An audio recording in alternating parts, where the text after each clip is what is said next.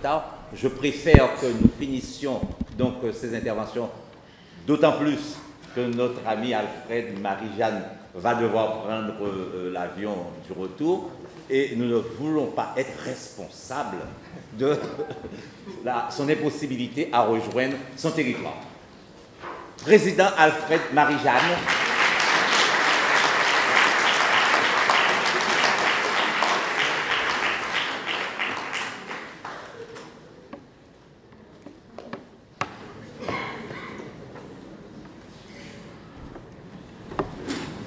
Vous pensez très bien qu'il ne me reste plus rien à vous dire. Jamais. Ma tâche a été facilitée par ceux qui m'ont précédé à cette tribune, et plus particulièrement mon ami Antoine Caron. Et comme je ne suis pas un zanzoleur, je n'ai pas l'habitude de déroger à la question que vous m'avez posée, j'interviendrai, mais à ma façon. Pour qu'il n'y ait aucune ambiguïté à ce niveau-là.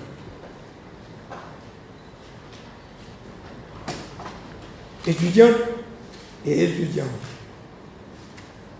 je vous reparle. Je m'adresse à vous. Vous qui serez la relève de nos pays, plein succès dans vos carrières et vos études,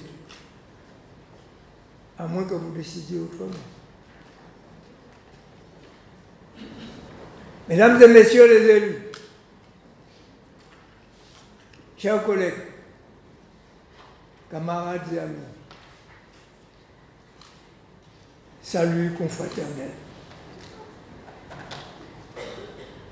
Mesdames et messieurs les représentants de l'Université Antilles, monsieur le doyen de la Faculté des sciences juridiques et économiques, merci de m'avoir invité à émettre un avis sur la déclaration de Basse-Terre, signée le 1er décembre 1999, il y a 19 ans déjà. Du temps s'est écoulé, et il faut bien l'admettre. Et après vous avoir écouté, c'est avec une gravité non dissimulée que je rejoins et que j'ai rejoint cette idée. Et pourquoi, me direz-vous? Parce que la question soumise à notre réflexion me bouleverse vraiment.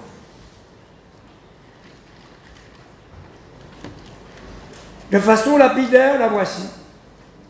Que reste-t-il de la déclaration de Basse-Terre? Comme si elle était inutile, comme si elle a été inféconde.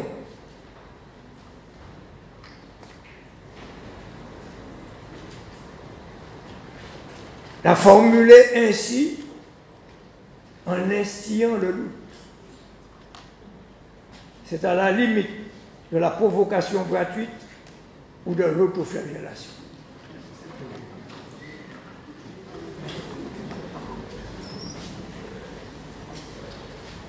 Je vais tout de même y répondre. Vous avez compris déjà dans quel sens.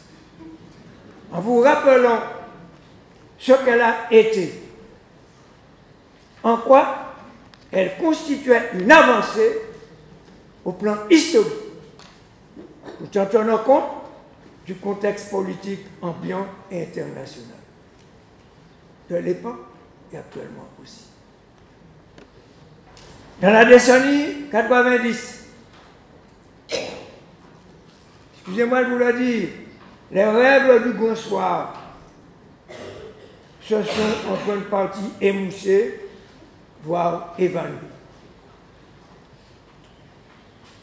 Que de trahison, que de reniement. Les années précédentes, marquées par les actions révolutionnaires menées en Guadeloupe, bon, il faut le nier. Il ne faut pas renier ça. En Guyane, il ne faut pas renier ça.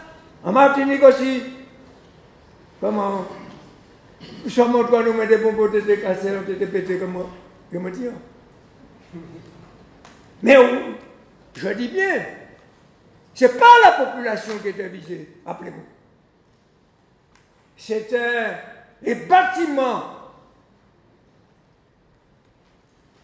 qui représentaient de façon indigne le système colonialiste.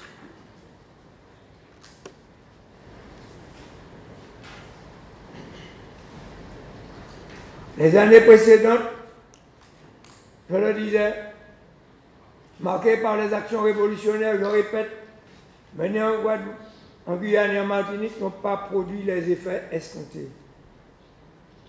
Au niveau des adhésions et des engagements, a été l'éparpillement. On oublie ça.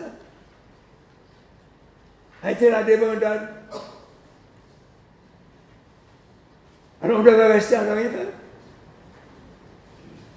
La déclaration de Basse-Terre est donc un tournant osé et risqué sur le chemin tortueux de la décolonisation. Car elle engage à négocier, avec le pouvoir. Et ça, et avant même de continuer, du fait même qu'on avait pris cette décision, rappelez-vous, et Antoine Camp peut encore témoigner les autres, comment nous avons été critiqués, vilipendés, comment des révolutionnaires comme nous, comme vous étiez, nous puissions nous permettre d'aller négocier avec le pouvoir colonial et colonialiste. Pas on va pas raconter des histoires. Je ne suis pas venu ici pour ça. Comme il fallait s'y attendre, je le dis et je le répète, la signature de tel document a provoqué une véritable séisme politique avec tous les commentaires que l'on peut imaginer et que je vous ai résumés. Il était vilipendé. Pas de moi, c'est la vérité. J'ai accusé tous les mots. Pour la première fois, des forces politiques, jusque-là antagoniques, s'accordent sur le constat d'une situation sociale devenue incontrôlable. Je l'ai rappelé, d'une économie en jachère et du cadre institutionnel inopérant pour le traitement de ces problèmes. La situation, malheureusement, n'a guère évolué, prenant des formes différentes, mais toutes aussi critiques. Je considère, et ça c'est mon opinion personnelle, et pas obligé de la partager, je considère que la déclaration de Basse-Terre est un repère sur la route qui mène à la responsabilité. Pourquoi? Parce que pour la première fois, cette démarche implique des présidents de collectivités régionales ayant en charge le développement économique. Ils auraient pu se contenter de ça. J'aurais pu me satisfaire d'être président et puis terminer, et puis tant pis pour les autres. Comme bien souvent, certains l'ont fait. Ils viennent aujourd'hui donner des leçons aux autres. C'est ce qu'ils font. Si j'en vous dirais, mettez-moi à la porte. Vous ne m'invitez pas la prochaine fois.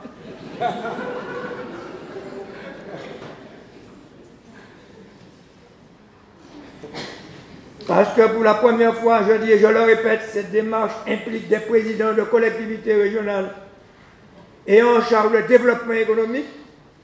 Ils se rejoignent dans un constat de carcan et de congestion du cadre institutionnel et des dispositifs économiques.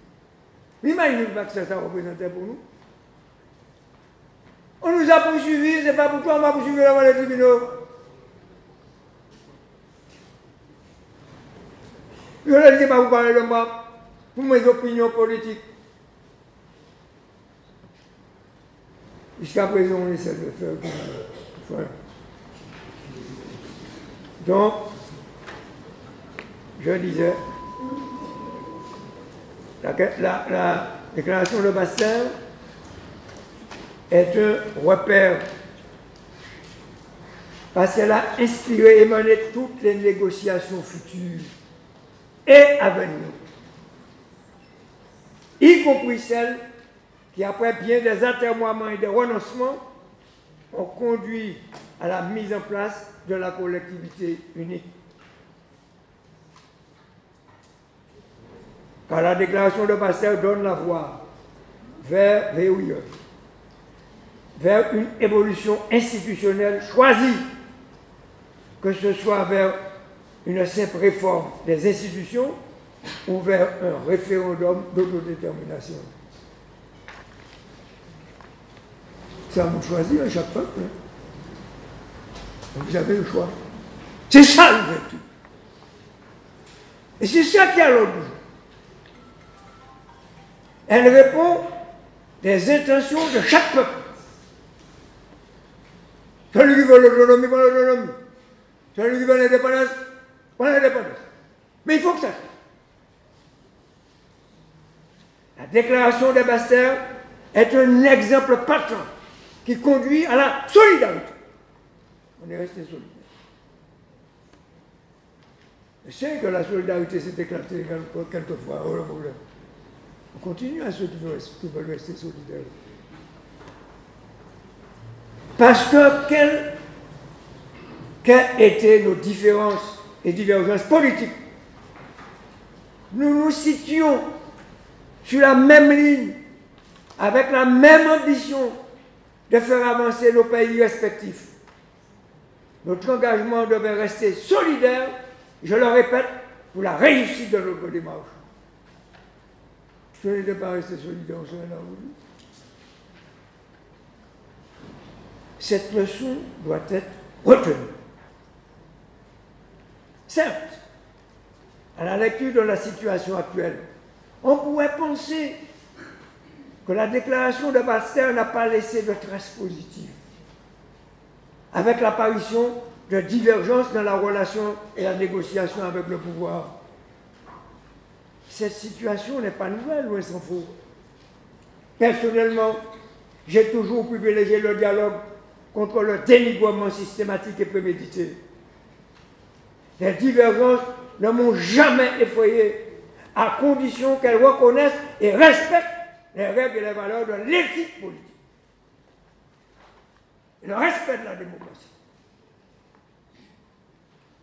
À ce moment de l'histoire, nous sommes porteurs, par la voie démocratique, de capital de confiance et de crédibilité donné par le peuple. En aucune façon, nous ne pouvions agir contre les intérêts. Pas tenir chacun sac pour le dévaluer. Ceux qui ont dérobé, qui ont fui, ils ont trouvé une astuce, ils tenaient un sac.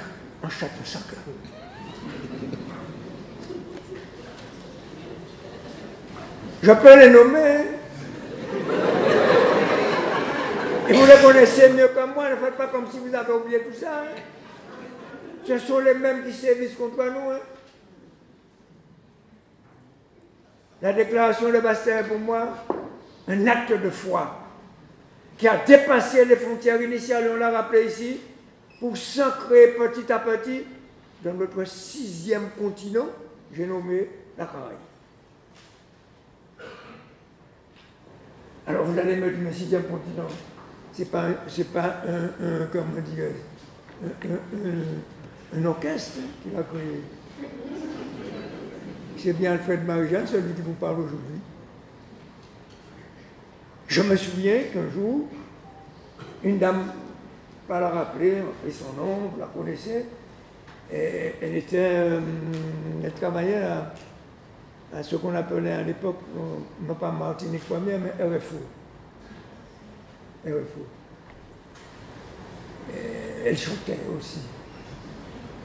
Vous comprenez?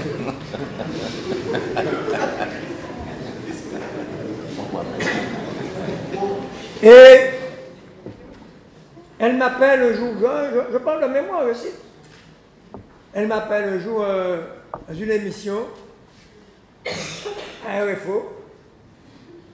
Je ne sais pas de quoi elle va me parler, elle m'appelle à une émission, connaissant mes positions politiques, j'y vais. Et elle commence par me montrer, puisqu'elle sait que je suis indépendantiste, et pour ceux qui ne le savaient pas, je le suis, je le resterai toute ma vie. Et c'est ce qui me maintient en vie pour continuer le combat. Et elle m'a dit, c'est pas une critique que j'adresse, mais pour vous expliquer comment les gens vous persécutent des fois. Elle fait un reportage sur Haïti. Effectivement, il y avait une sécheresse énorme. Et il y avait des animaux. Oh, il n'y avait pas d'eau. Il y avait trop d'eau des fois, pas d'eau. Elle me pose la question, Monsieur Mariana, est-ce que c'est comme ça que vous voulez mettre la Martinique? Pourriez-vous répondre à ma place? Qu'auriez-vous répondu à ma place? Vous ne vous attendez pas à ça. J'ai répondu, non, vous n'en faites pas, il n'y a pas ce que je dis. Deuxième question. Comme j'avais parlé du 6e continent, j'avais dénommé notre continent 6e continent, elle m'a dit, mais où commence le 6e continent? Expliquez-nous. J'ai répondu très objectivement, je sais où commence le 6e continent, il commence par les petits pays que nous sommes, mais je ne sais pas où le 5e continent va s'arrêter. Le 6e continent s'agrandit. Le Brésil ne fait pas nos portes. Le monde ne veut pas. La Chine ne fait pas ma porte. La République indienne ne fait pas ma porte. L'infiniment grand est venu rencontrer l'infiniment petit à la Martinique. Et je pose la question au gouvernement français, qu'auriez-vous fait à ma place? Personne ne peut me répondre. Qu'auriez-vous fait à ma place? Les États-Unis ne font pas notre porte aussi, c'est tout vrai. Le Brésil également. C'est ça que vous devez comprendre. Et que par conséquent, quand vous me dites, aucun certains suppose que la déclaration de Bastien n'était pas positive, je vous demande, mais à quoi nouez-vous? Et vous savez comment j'ai pris ma revanche? Très simplement, entre guillemets. On nomme, parce que j'étais un téméraire, on nomme un nouveau président pour RFO. Et comme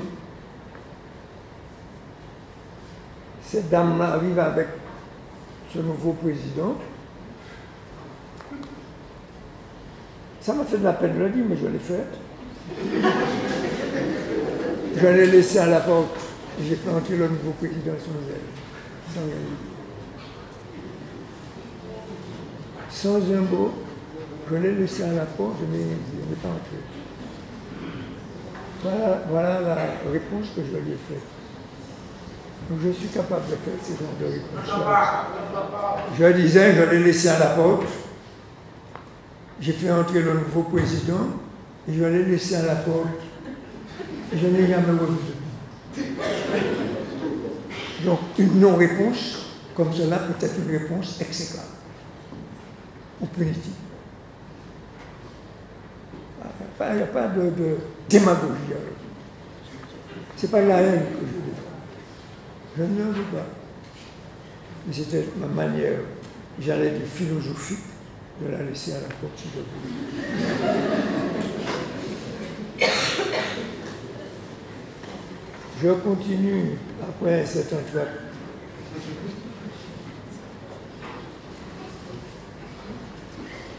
Rappelez-vous, comme je le disais, que cette déclaration s'inscrit également dans le contexte de l'adhésion de nos pays à l'Association des États de la Caraïbe. Je ne m'étendrai pas sur les contradictions de l'époque. Les temps les a totalement digérés. Je sais que vous ne comprendrez pas ce passage-là. Mais c'est parce que nous avons rencontré des difficultés avec nos propres amis dans la Caraïbe. Et Antoine Karam, s'il a un souvenir impexant, il peut vous dire les humiliations, moi-même, que nous avons subies. Tu n'as pas... 1999, Saint-Domingue. Il ne faut rien dire.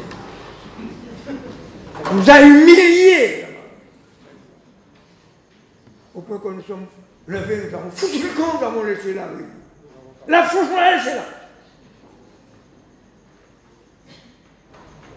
Si on dit pas ça, on a l'impression que nous venons ici comme des gens qui viennent plastronner, dire n'importe quoi. On a été humiliés. Et chaque fois qu'on humilie un homme, je ne suis pas content. On peut ne pas être d'accord sur nos positions. Et je sais que parmi vous, peut-être à 100%, vous êtes contre nous, mais ce n'est pas ça qui m'intéresse. Ce qui m'intéresse, c'est le respect de la vérité, le respect de la démocratie. J'ai été élu, et je le rappelle, président de la collectivité territoriale de Martinique, et je n'ai pas voté pour moi. Et je l'ai dit volontairement, je n'ai pas voté pour moi, je vote à Rivière-Pilote. Je n'ai pas voté pour moi et j'ai gagné les élections. Et tous ces complots que l'on constate là, c'est simplement un déni de la démocratie. Il faut bien comprendre le sujet que je suis en train de traiter. Il ne s'agit pas de rejeter les gens pour leur opinion personnelle. J'ai été élu, je n'ai pas voté pour moi. J'ai dit ça et j'ai gagné. Si j'avais semé comme ça le mauvais gré, je serais livré. Je me suis déplacé, j'ai laissé ma circonscription. J'ai laissé mon poste de maire et j'ai gagné. J'ai laissé mon poste de député pour aller ailleurs et j'ai gagné. Je tiens à le dire pour que vous compreniez pourquoi ma détermination est inébranlable. Je ne peux pas changer pour faire plaisir aux gens. C'est une question de démocratie. Impossible. Rien d'autre. À partir du moment qu'on ne respecte pas la démocratie, qu'on la viole, il ne peut pas y avoir de réconciliation à ce niveau-là. Ah bon. Bon, on entend ça.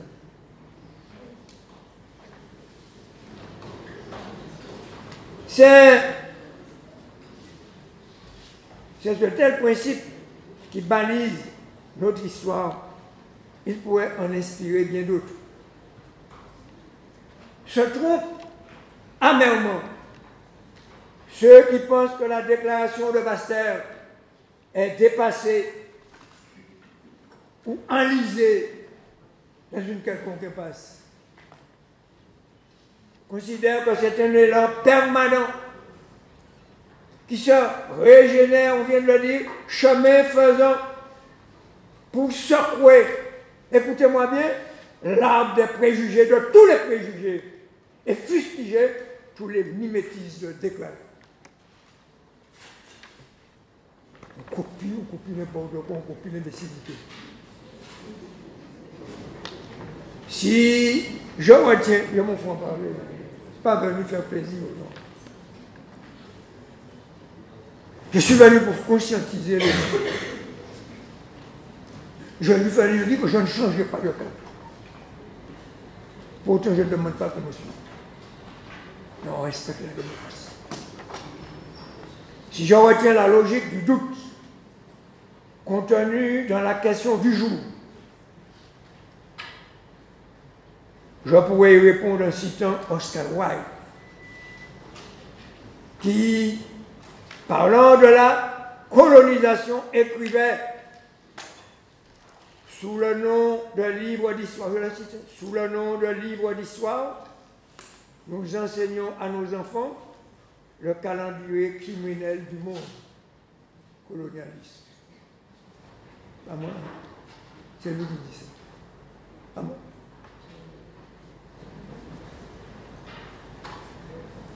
Nous, signataires de la déclaration de Basse-Terre, ne sommes pas des instigateurs de crimes.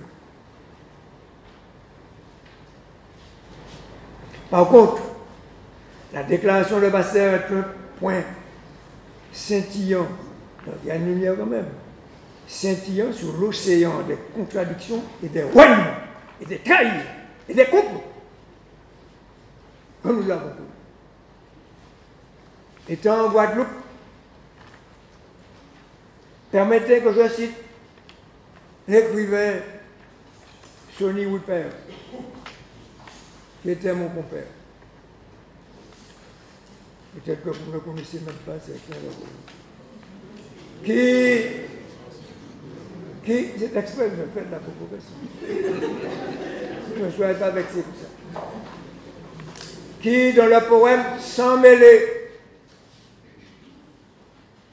s'exprimait ainsi. Et je le cite. Tout en moi est doublé. Pourtant, je n'ai qu'un cœur. Un cœur qui ne voudrait qu'un unique, un seul maître. À vous d'interpréter, à vous de commenter, à vous de conclure. Avant de conclure, il faut le conclure moi-même. Il est crucial de rappeler le rôle qu'a joué l'ancien président de la République française, Jacques Chirac. Ah, elle dit, mais je vais sous les encore.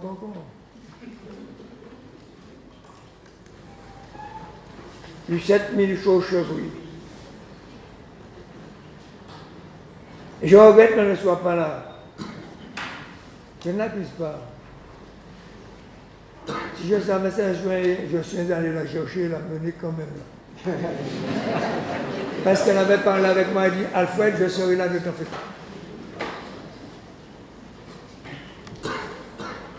Avant de conclure, je disais, il est crucial de rappeler le rôle qu'a joué l'ancien président de la République française, Jacques Chirac. Je connais son passé. Ce n'est pas la peine de me rappeler. Il a fait la guerre d'Algérie. Je le sais. Il est à la Nouvelle, on connaît les crimes.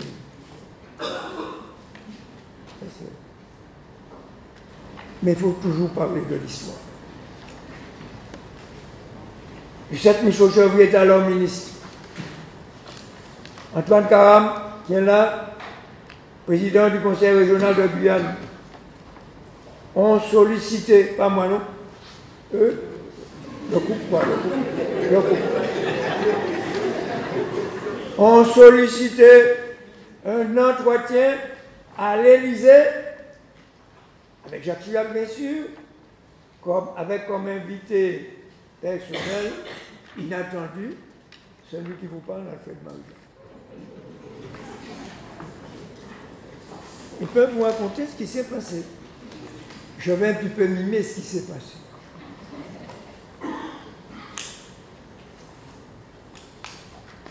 Comme j'étais un pestiféré à l'époque, Jacques Chirac, je ne sais pas sincèrement, j'étais là, c'était Brigitte Girardin qui était là à l'époque comme secrétaire du président de la République. Comme j'étais un pestiféré, il a accepté quand même de me recevoir. Et puis, il s'est mis à distance respectable du pestiféré. Et je suis parlé, Antoine, mon ami, a parlé. Et d'emblée, je le regardais dans les yeux, je lui ai dit ceci. Monsieur le Président, je connais votre passé, je le rappelle. Je lui ai dit ça en face. Je lui ai dit en face. Je connais votre passé. Mais vous vous dites héritier du général de Gaulle.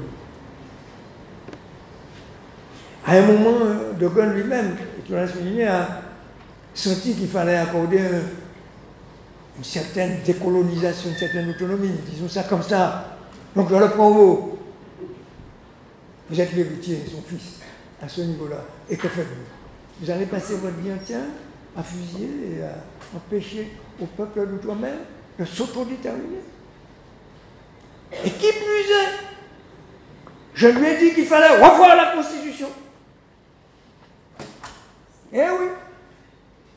Et que par conséquence, rappelez-vous, pour ceux qui oublient, que lorsqu'un territoire d'outre-mer voulait s'émanciper, obligatoirement, c'était le peuple français du continent qui devait décider à notre place. À partir du moment que le continent a dit non, eh bien, même si on avait dit dans l'outre-mer, oui, ça ne passait pas. Je rappelle ça, je demande bien de voir ça. Des juristes, des politiciens. Si j'ai menti. Par conséquent, c'était gênant. Et je lui ai demandé solennellement que l'on peut consulter les territoires d'outre-mer. Mais l'on ne veut pas que ce soit le peuple de France continentale, vous comprenez des États-Unis, qui vote à nos places. Pour vous, ça paraît petit, mais c'était ça l'essentiel. Et c'est de là que la modification a été faite. Et Chirac, effectivement, a réuni le Congrès. Vous connaissez un autre président qui a fait ça? Jacques Chirac, a réuni le Congrès avec ça. Je vous dis ça pour que vous compreniez. Et il a, comment dirais-je, fait voter l'article 74 que je peux vous lire, hein, qu'il a fait. Je ne vais pas presser.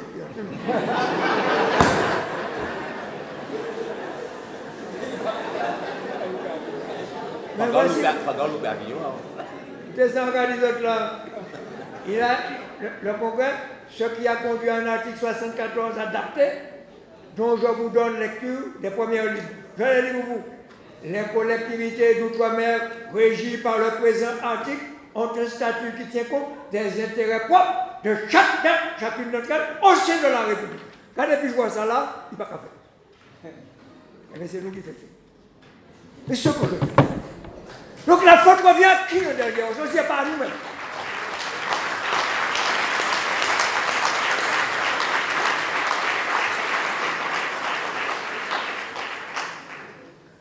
Et ce petit livre que je montre, ce petit livre où n'est pas le livre de Mao, il date, c'est la première édition, je l'ai conservé, en hommage à ça, la première édition, sitôt l'article 74 réalisé. Je l'ai conservé en souvenir. Alors, par exemple, voici. C'est le petit livre rouge, non pas de Mao, mais de Antoine Karam, Michaud Chauvery et Alfred Marijan.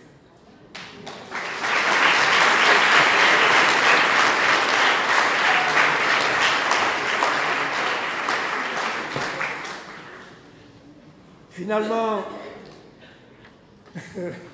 la question, la seule réponse qui va à la question du jour serait de considérer que les intentions de la déclaration n'ont pas épuisé actuellement la volonté d'évolution. Nous poursuivons sans relâche à nos rythmes respectifs, je l'ai déjà dit, cette déclaration doit continuer. Soyons fiers de ceux qui l'ont initié, pas de moi, de ceux qui l'ont initié. Et en terminant, c'est dommage, mais le président Alfred Marijan, qui est devenu le président de la collectivité territoriale de Martinique, a fait faire une médaille. Une médaille que voici, avec le logo de la collectivité territoriale de Martinique, qui est marqué honneur et respect. Je ne vous donnais pas la Légion d'honneur, mais je vais vous donner la médaille de la collectivité d'honneur. À vous, Michel.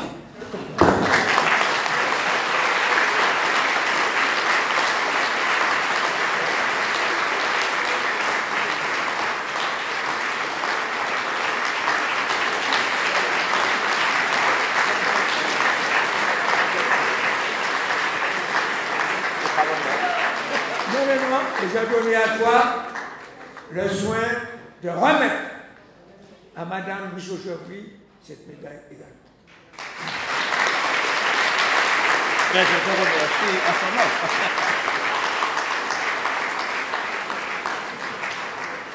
Tel je suis, tel j'ai été, tel je resterai. Merci en pays.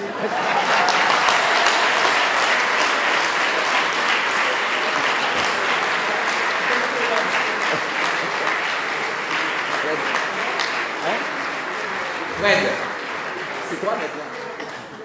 Bien, merci beaucoup, merci grandement. Merci à Antoine Karam, merci à Alfred Marie-Jeanne pour ce moment, qui est un moment d'histoire et en même temps un moment d'avenir. Et je crois qu'il faut bien comprendre que lorsque le doyen a fait le choix de placer cette déclaration de Basse-Terre au cœur de cette rentrée solennelle, il avait ce souci de rallier une histoire à notre présent et à notre avenir. Merci encore et je vous demande d'applaudir fortement